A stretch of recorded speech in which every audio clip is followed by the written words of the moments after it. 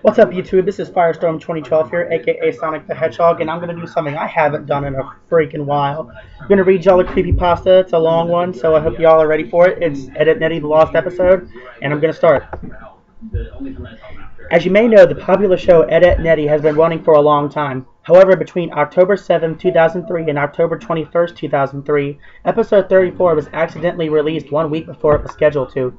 It was also known to some around the office that primary writer had been sick with the flu, and instead of going on to make episode 34, the show was supposed to replay episode 1 at 5 a.m. Eastern. People reported a very disturbing new episode premiering on Cartoon Network.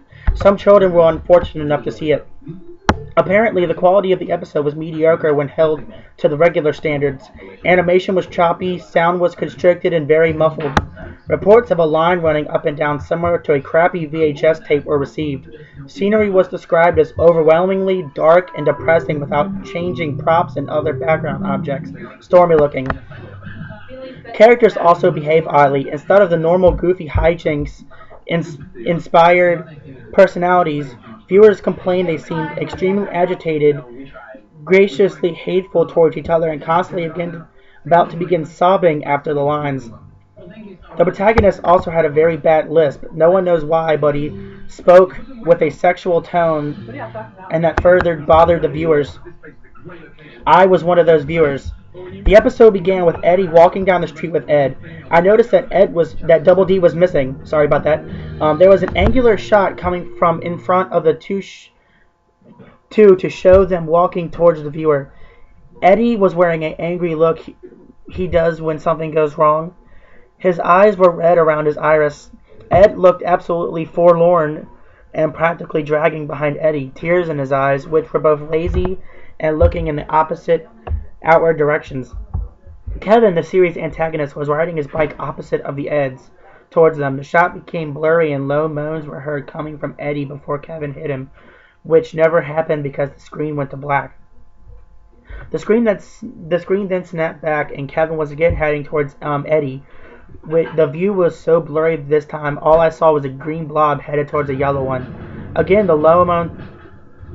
Only this time it sounded like a microphone was broken and loud static came greatly overshadowing the moan. A claymation sequence of Double D sleeping in Eddy's bed came up. Honestly, it may have just been the abruptness, but I jumped and shivered, waking up and getting out of bed. He moved oddly around the circular room, the fast pitter-patter of footsteps being the only audio. The step sounds were very clear as I was shown a bird's eye of him scampering around the room.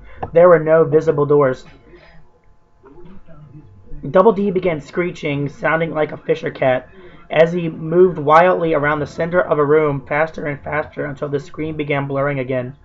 The purple room's door swallowing a now orange blur.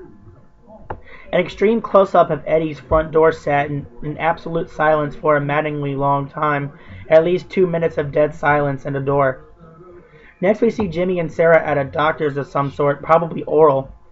Jimmy, obstructed in view by a hanging lamp, is crying loudly with Sarah, trying to comfort him in an unusually warm fashion. "It hurts, Sarah, it hurts."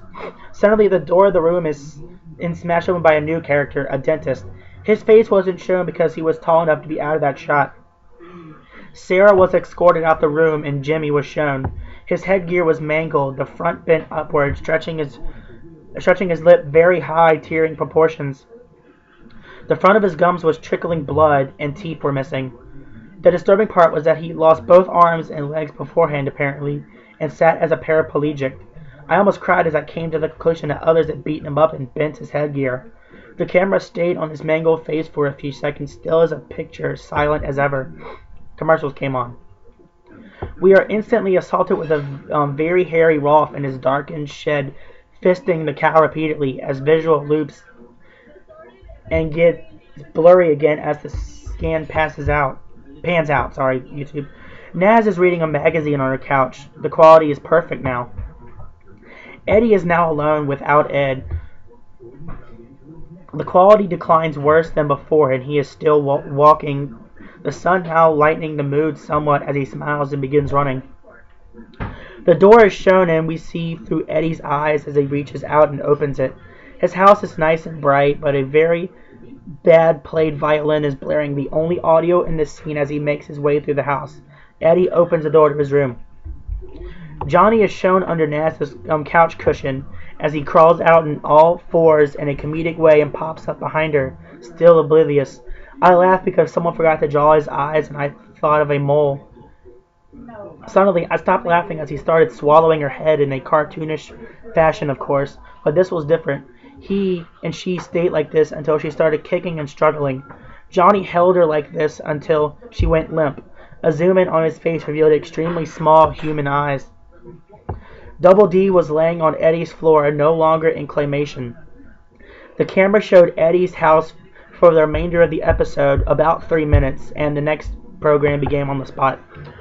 Well, that's it, YouTube. I thank you for tuning in. I'll try to do a lot more of these from now on, so keep checking in, and I'll